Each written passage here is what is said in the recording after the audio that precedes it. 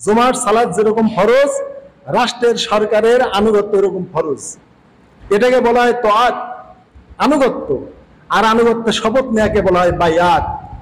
এই দুটো একটা আমাদের ইবাদত, আমাদের আকীদার।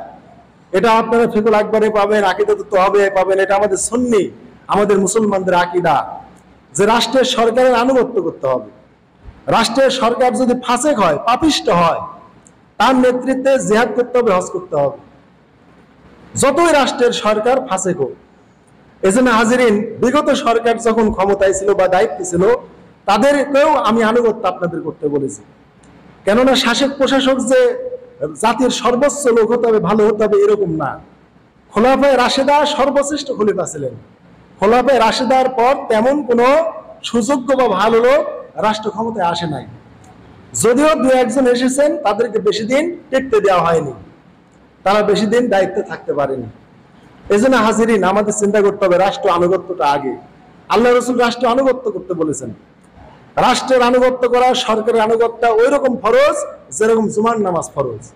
জুমার নামাজ যেমন কোরআন এবং সুন্নাহ দ্বারা ফরজ, সরকারের আনুগত্য করে এরকম কোরআন এবং সুন্নাহ দ্বারা ফরজ।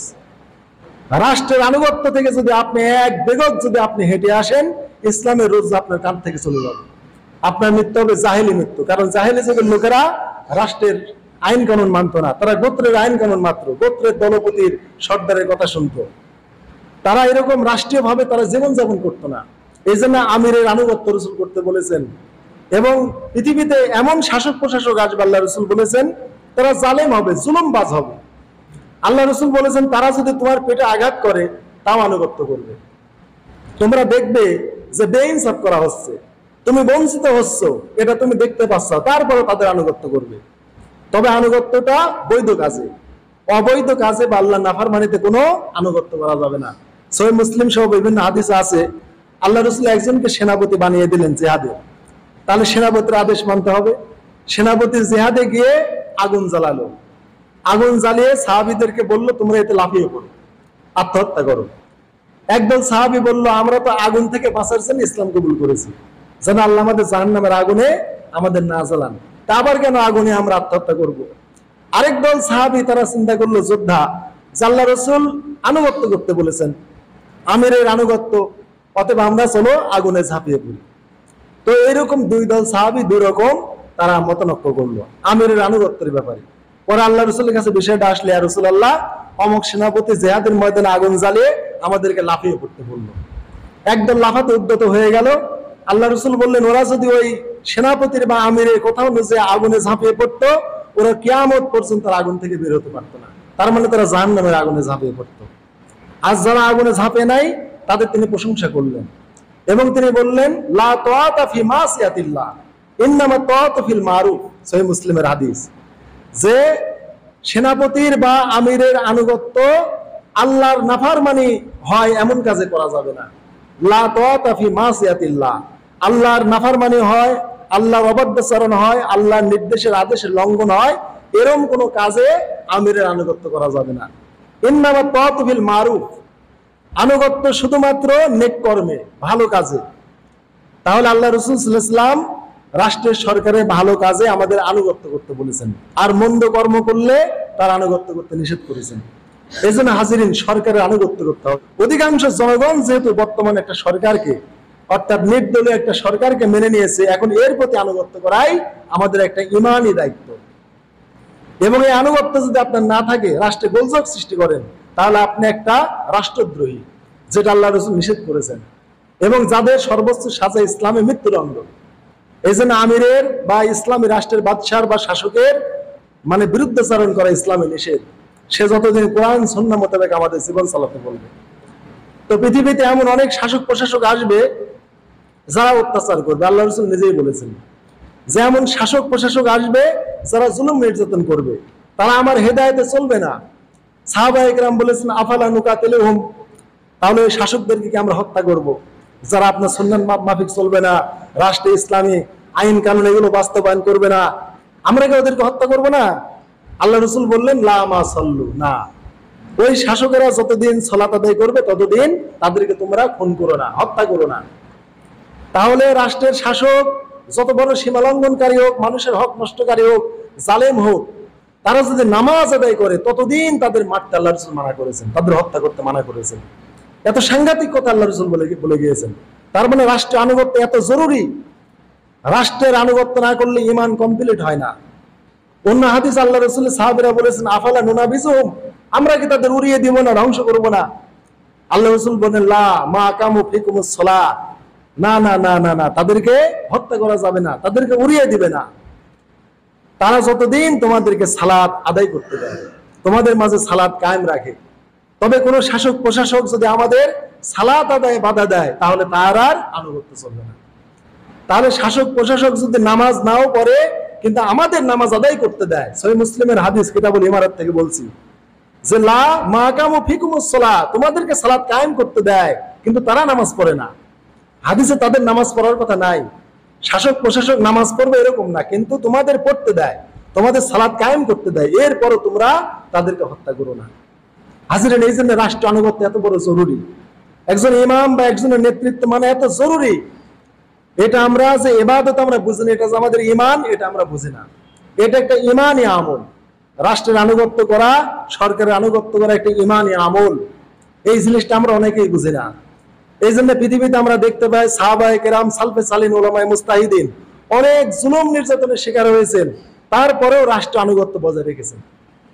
আমাদের ইমাম আবু হানিফা যে যুগের আলেম ছিলেন, তার শাসক, সেই যুগের শাসক তাকে কারাবরণ করেছে, তাকে বন্দী করেছে কারাগারে, জুলুম নির্যাতন করেছে, বিষ পানে তাকে হত্যা করে ফেলেছে।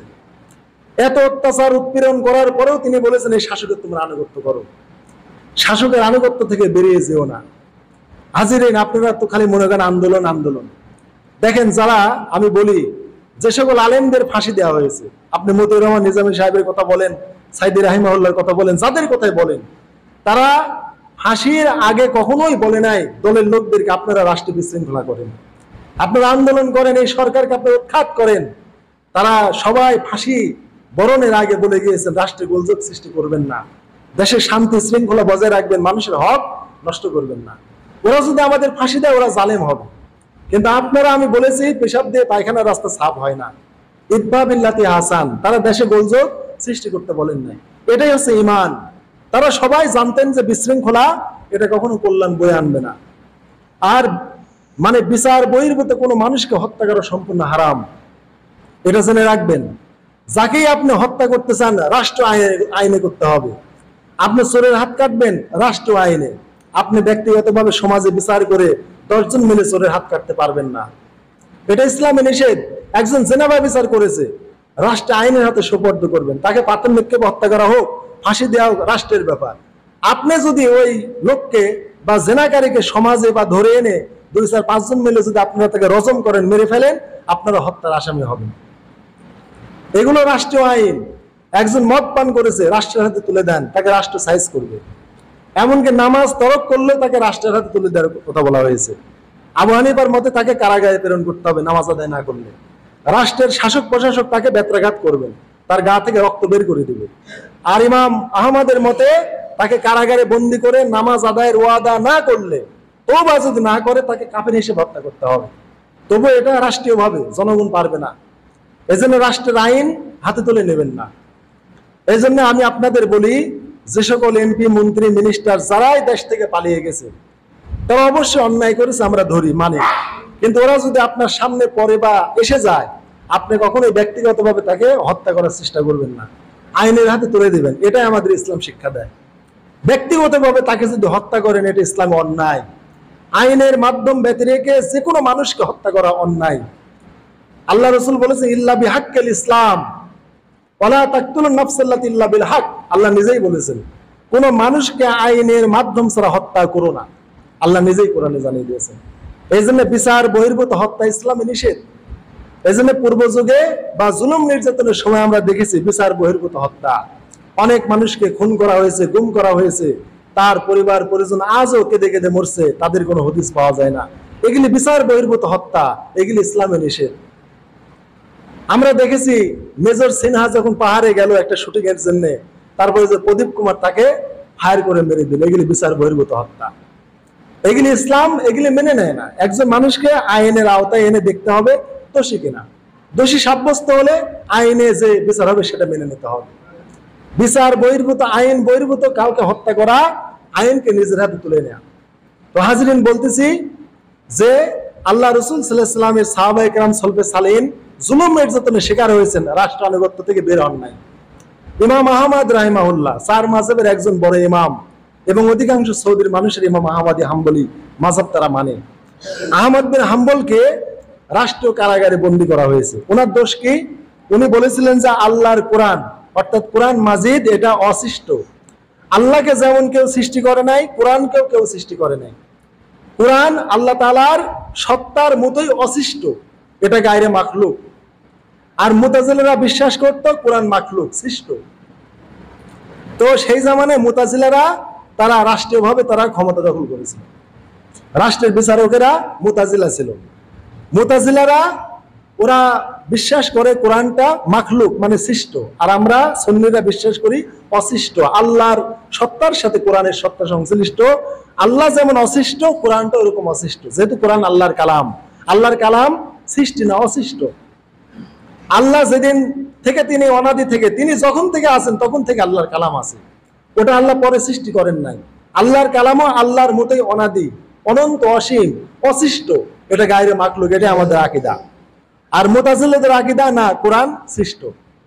তো এই কথা বলার কারণে ইমাম আহমদ বিন হাম্বলকে কারাগারে বন্দী করলো, মেরে রক্ত বের করে দেয়।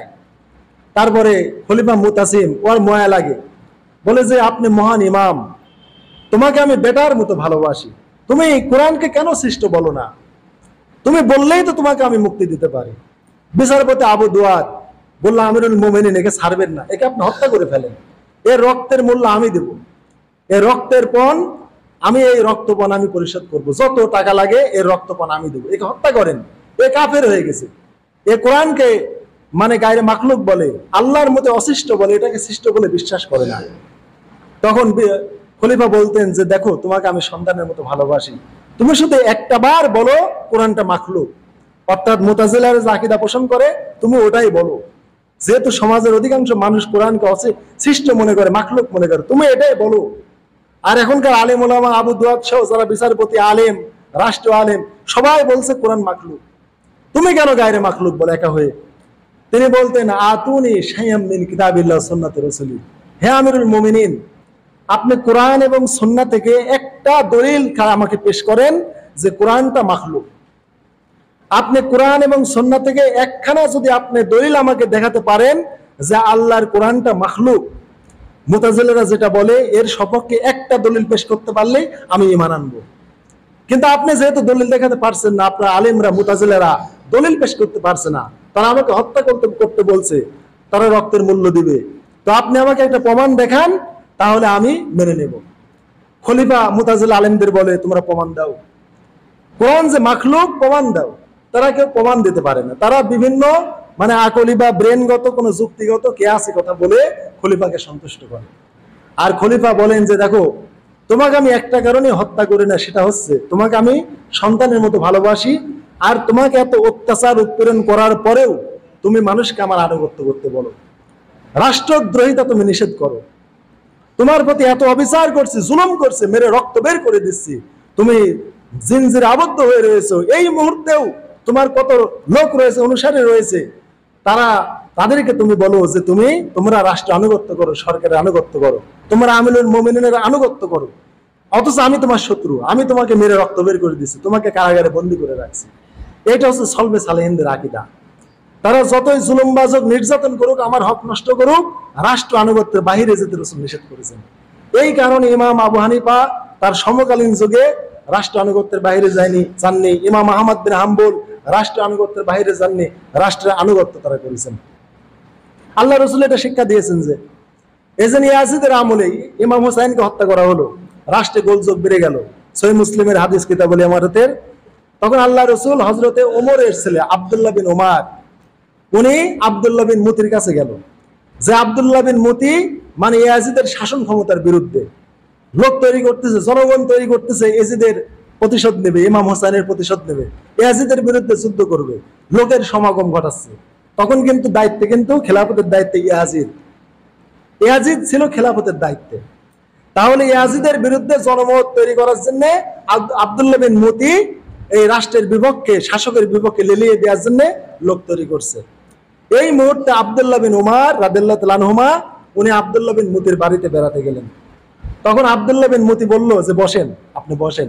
অনেক ভালো আসন পেতে দেয়া হলো। আব্দুল্লাহ বিন উমার রাদিয়াল্লাহু তাআলা আনহুমা উনি বললেন, আমি তোমার বাড়িতে এসেছি বসতে নয়, তোমার বাড়িতে আমি বসতে আসিনি। আমি দেখছি যে তুমি রাষ্ট্রদ্রোহিতা করছো, তুমি রাষ্ট্রের শাসকের বিপক্ষে মানুষকে লেলিয়ে দিচ্ছ, রাষ্ট্রে অনৈক্য সৃষ্টি করছো, মুসলিম জামাত থেকে মানুষকে বিচ্ছিন্ন করছো। তাই আমি রাসূল থেকে শোনা একটা হাদিস তোমাকে শোনাতে এসেছি, তোমার বাড়িতে আমি মেহমান হয়ে বসতে আসিনি।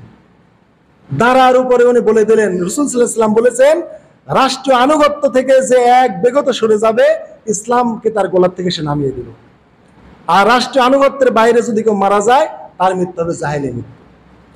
তাহলে চিন্তা করে দেখেন, সাহাবায়ে কেরামের এটা আদর্শ ছিল। ইমাম হুসাইনকে শহীদ করা হয়েছে, তারপরও সাহাবায়ে কেরাম ইয়াজিদের বিপক্ষে অবস্থান নিচ্ছে না। শাসক প্রশাসক জালেম হবে, রাসূল তো বলেই গিয়েছেন হাদিসে। রাসূল তো হাদিসে বলেই গিয়েছেন, শাসক প্রশাসক আসবে, তোমার পিঠে আঘাত করবে, অত্যাচার করবে, তোমার প্রতি বেইনসাফ করবে, তারপরে তুমি তার আনুগত্য করবে। রাষ্ট্র বিশৃঙ্খলা তারা মেনে নেননি। আর বিপরীতে মুতাজিলারা রাষ্ট্র বিশৃঙ্খলা করেছে, রাষ্ট্র আনুগত্য তারা করে নাই, হযরত আলীর দল থেকে বের হয়ে গেছে। ওরাই হচ্ছে ইসলামের প্রথম তারা জঙ্গিবাদী সংগঠন, তাদের নাম খারেজি। তো হাজরিন, যেটা বলছিলাম, এই জন্য আল্লাহ রাসূল সাল্লাল্লাহু আলাইহি ওয়াসাল্লাম রাষ্ট্র আনুগত্য করতে বলেছেন। হযরতে হুযায়ফা ইবনে ইয়ামান, সহিহ মুসলিম বুখারীর হাদিস, তো উনি বলতেন যে মানুষরা রাসূলকে ভালো বিষয় বলতো, আর আমি খারাপ বিষয় বলতাম, অকল্যাণের বিষয় বলতাম, যেন ওই অকল্যাণ থেকে আমি বাঁচতে পারি। তার মানে অন্যান্য মানুষেরা রাসূলের খালি কল্যাণ এবং ভালোর বিষয় বলতো, আর আমি অকল্যাণ, মন্দ, মুসিবত এইগুলো নিয়ে খালি প্রশ্ন করতাম, যেন অকল্যাণ মুসিবত এসে গেলে আমি সেখান থেকে বাঁচতে পারি, আমাকে কি করতে হবে। আল্লাহ রাসূলকে উনি বললেন, ইয়া রাসূলুল্লাহ, আমরা তো একসময় জাহেলিয়াতের যুগে অজ্ঞতার মধ্যে, সীমালঙ্ঘন, পাপের মধ্যে ছিলাম, অকল্যাণের মধ্যে ছিলাম, আমরা ইসলাম কবুল করে কল্যাণে আসলাম। ইয়া রাসূলুল্লাহ, এই যে কল্যাণে আমরা আছি ইসলামে, এরপরে কি অকল্যাণ আসবে? বলছে, হ্যাঁ, অকল্যাণ আসবে, এই ভালোর পরে মন্দ আসবে। ইয়া রাসূলুল্লাহ, ওই অকল্যাণের পর, মন্দের পরে আবার কি ভালো আসবে? আল্লাহ রাসূল বললেন, হ্যাঁ, ভালো আসবে, কিন্তু এরকম নির্ভেজাল টাটকা সত্য আর আসবে না। কল্যাণ আসবে ধোঁয়া আচ্ছন্ন, ধূম্রতা আচ্ছন্ন, ধোঁয়া মিশ্রিত কল্যাণ আসবে। ওইখানে সৎপথটা ধোঁয়ায় আচ্ছন্ন থাকবে, যারা চক্ষুষ্মান তারা ছাড়া ওই ধোঁয়া, অন্ধকার আচ্ছন্ন, ধোঁয়া আচ্ছন্ন ওই হক তারা খুঁজে পাবে না। যাদের চোখ আছে তারা ওই ধোঁয়াচ্ছন্ন বিষয়গুলো থেকে ভালো পথে তারা চলতে পারবে, আর যাদের চোখে ধোঁয়া ঢুকে যাবে তারা আর ভালো পথ খুঁজে পাবে না। ওরা আমার হেদায়েতের পথ ব্যতীত অন্য পথে হেদায়েত খুঁজবে। আল্লাহ রাসূল বলে গিয়েছেন এই কল্যাণ এরকম হবে। ইয়া রাসূলুল্লাহ, ওই কল্যাণের পর আবার কি অকল্যাণ আসবে? হ্যাঁ, আবার অকল্যাণ আসবে। এত অকল্যাণ আসবে যে জাহান্নামের দরজার দিকে খালি আহ্বানকারী দল, দল আর দল, বিভিন্ন দল তৈরি হবে, সবাই তোমাদের জাহান্নামের দিকে আহ্বান করবে।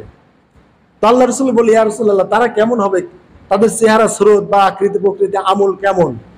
আল্লাহ রাসূল বললেন, আমাদের মতনই তাদের গায়ের বর্ণ হবে, আমরা যে ভাষায় কথা বলি এরকমই তারা কথা বলবে, তবে তারা আমার হেদায়েতের উপরে থাকবে না।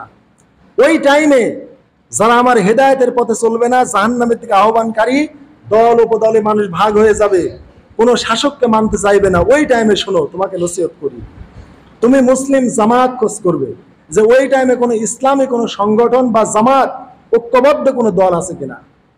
অর্থাৎ জাহান্নামের দিকে আহ্বানকারীদের মধ্যে তখন তুমি একটা ইসলামী জামাত খুঁজবে, দল খুঁজবে, যে কারা ইসলামের উপর চলছে বা চলতে মানুষকে উৎসাহ করছে বা ইসলামের উপরে ঐক্যবদ্ধ করছে, এইটা তুমি খুঁজবে। এবং তোমরা মুসলিম আমিরকে খুঁজবে যে ওই দলের কোনো আমির আছে কিনা, নেতৃত্ব দিতে পারে কিনা, ওই দলকে চালাতে পারে কিনা। এরকম যদি কোনো মুসলিম জামাত পাও, তাহলে ওই জামাতে তুমি অনুসরণ করবে। আর এই যে জাহান্নামের দিকে ডাকছে, জাগতিক পথে, সুদ ঘুষের দিকে, মারামারি খুন খারাপের দিকে, এদের সব দল তুমি পরিহার করবে। আর যদি এরকম কোনো সংঘবদ্ধ মুসলিম সংগঠন বা জামাত তুমি না পাও এবং সেই দল চালানোর মতো কোনো আমিরও না পাও, তাহলে সব দল তুমি ত্যাগ করবে। এই জাহান্নামীদের দিকে আহ্বানকারী কোনো দলের সাথে তুমি যোগ হও না, কোনো দল তখন তুমি করো না। না করে তুমি একটা গাছের গোড়ায় চলে যাও, গাছের গোড়া আঁকড়ে ধরে রাখো যতদিন না তোমার মৃত্যু আসে।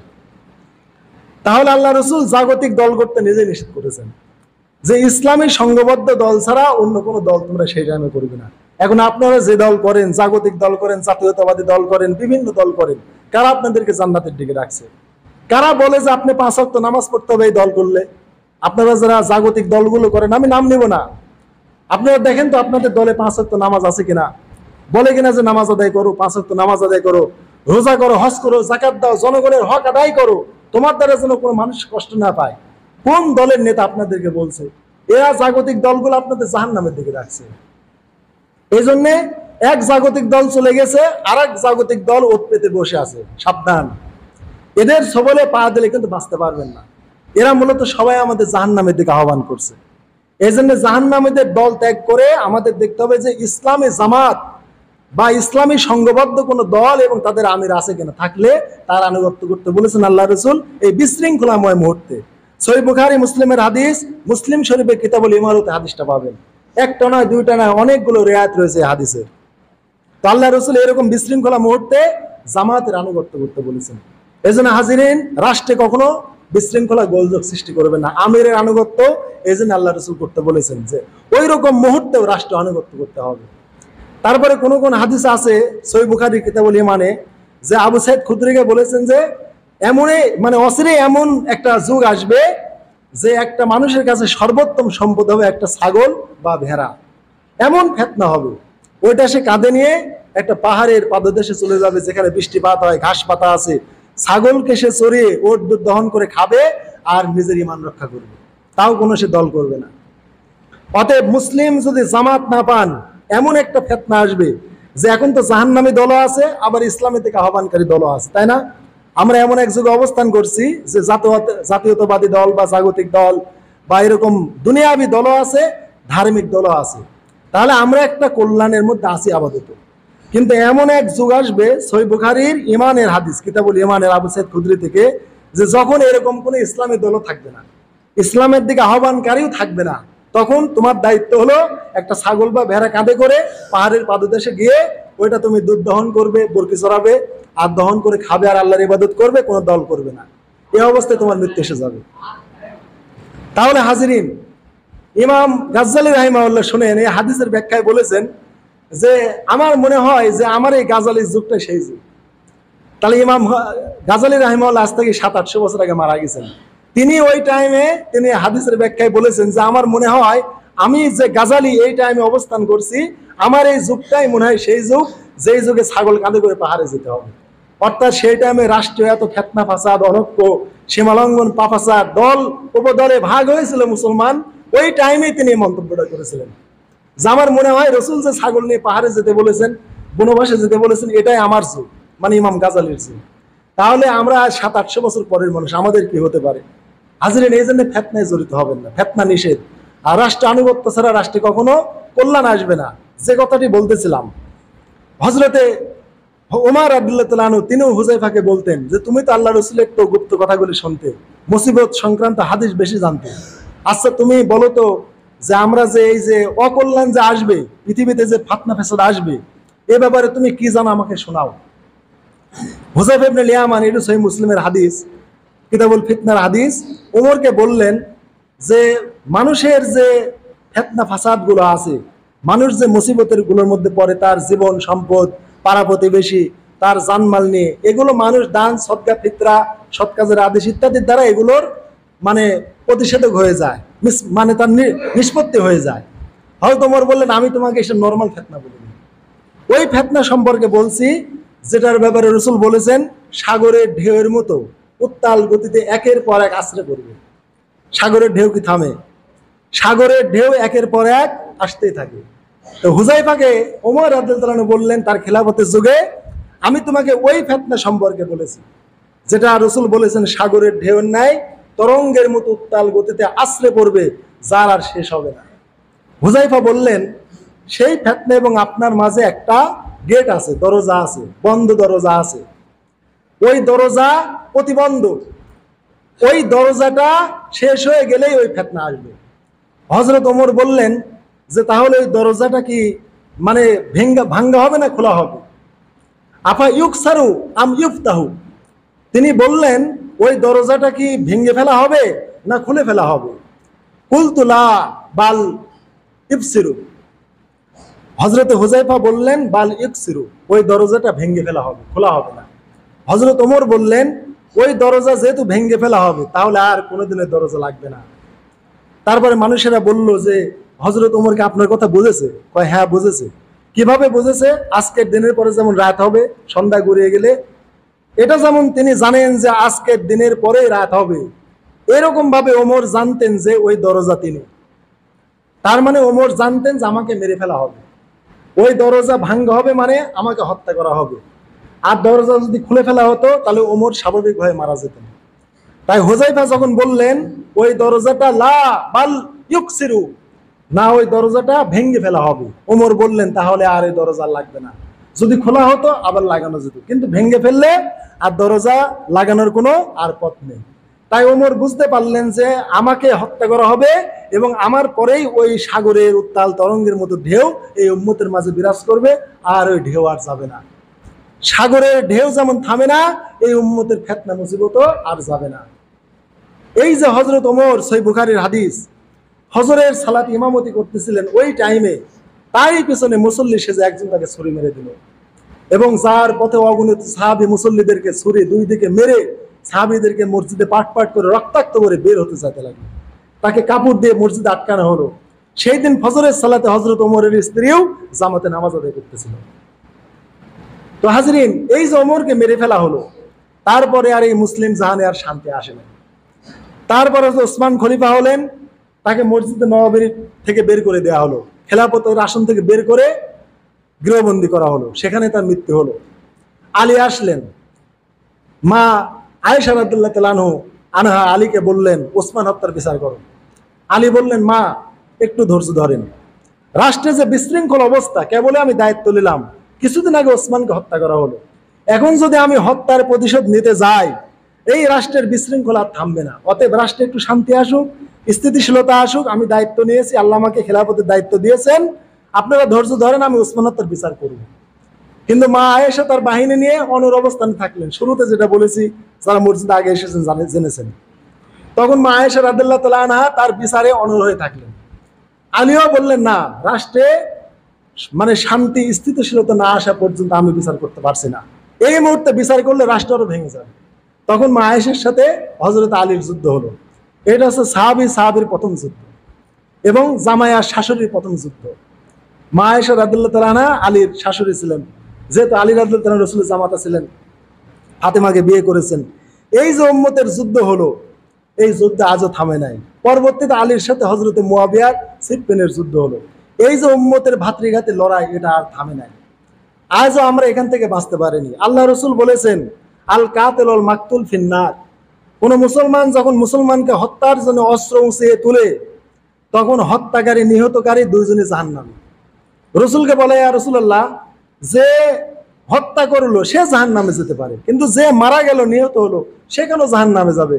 আল্লাহ রাসূল বলেছিলেন দুইজনের হাতে তো অস্ত্র ছিল, এ ওকে মারতে চাইছে, ও একে মারতে চাইছে, এ পেরে ওঠে নাই, তাই মারা গেছে, এরও মনোবাসনা ছিল সুযোগ পেলে ওকে মেরে দিব। এই জন্য দুই মুসলমান যখন অস্ত্র উঁচু করে, তখন যে মারে সেও জাহান্নামী, যে মরে যায় সেও জাহান্নামী।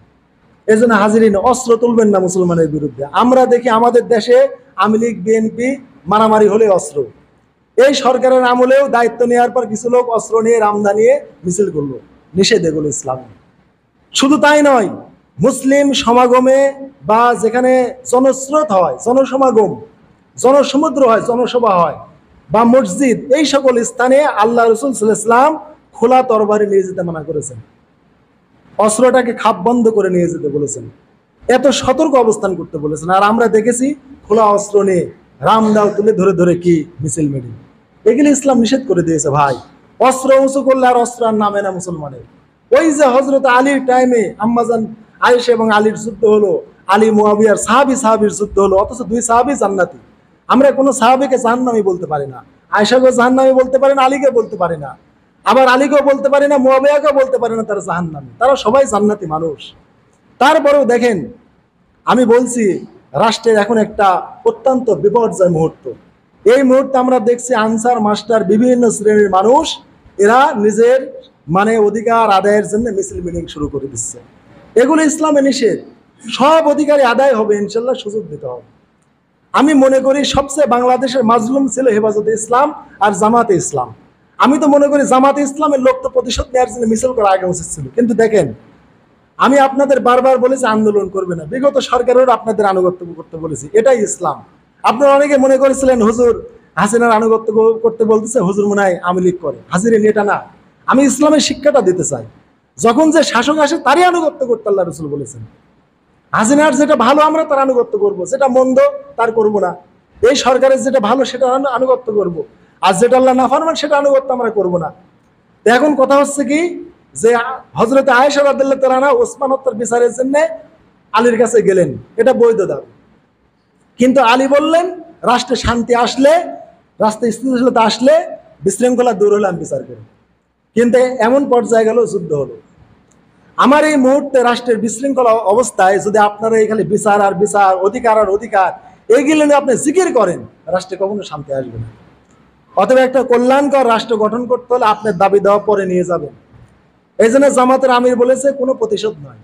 এই যে আপনার কালামানিক ধরা না ধলামানিক ধরা পড়ছে, তাকে বলা হয়েছে যে কালামানিক ধরা পড়ছে, উনি বলেছেন কালামানিক ধলামানিক কে কচুর পাতায় শুলে আর কলা পাতায় শুলে, এগুলো আমার দেখার বিষয় না। কোন রকম প্রতিশোধের মানসিকতা এই বেচারার ভিতরে নাই। কোন রকম প্রতিশোধের মানসিকতা এই জামাতের আমিরের নাই। এত ধৈর্যশীল একজন মানুষ। আর আপনারা মনে করলেন না আন্দোলনের আন্দোলন, উনি বলেছেন কোনো আন্দোলন নাই। আপনারা নফল নামাজ পড়বেন, রোজা রেখে আল্লাহ শুকরিয়া আদায় করবেন। এই বিচার প্রার্থী এত তাড়াতাড়ি না। এই জন্য আমি মনে করি বিচার প্রার্থী হলে জামাতের লোকের আগে উচিত ছিল আন্দোলন করা। এই সরকারের আমলে যে আমাদের নিজামীকে ফাঁসি দেওয়া হয়েছে, আমাদের অমুককে দেওয়া হয়েছে, তমককে দেওয়া হয়েছে, আমরা এর বিচার চাই। কিন্তু দেখেন জামাতের আমির সম্পূর্ণ সাইলেন্ট থেকে আল্লাহর উপর তাওয়াক্কুল করে সবাইকে ধৈর্য ধরতে বলতেছে যে আপনারা কোনো দাবি না দেওয়া নিয়ে যাবেন না। সরকার গঠনে 1 মাসই হলো না, আপনারা দাবি দেওয়া নিয়ে আসবেন, এটা ইসলাম শিক্ষা দেয় না। সব হবে ইনশাল্লাহ, ধৈর্য ধরেন, ধৈর্যের সাথে এগোতে হবে। এজন্য হাজিরিন।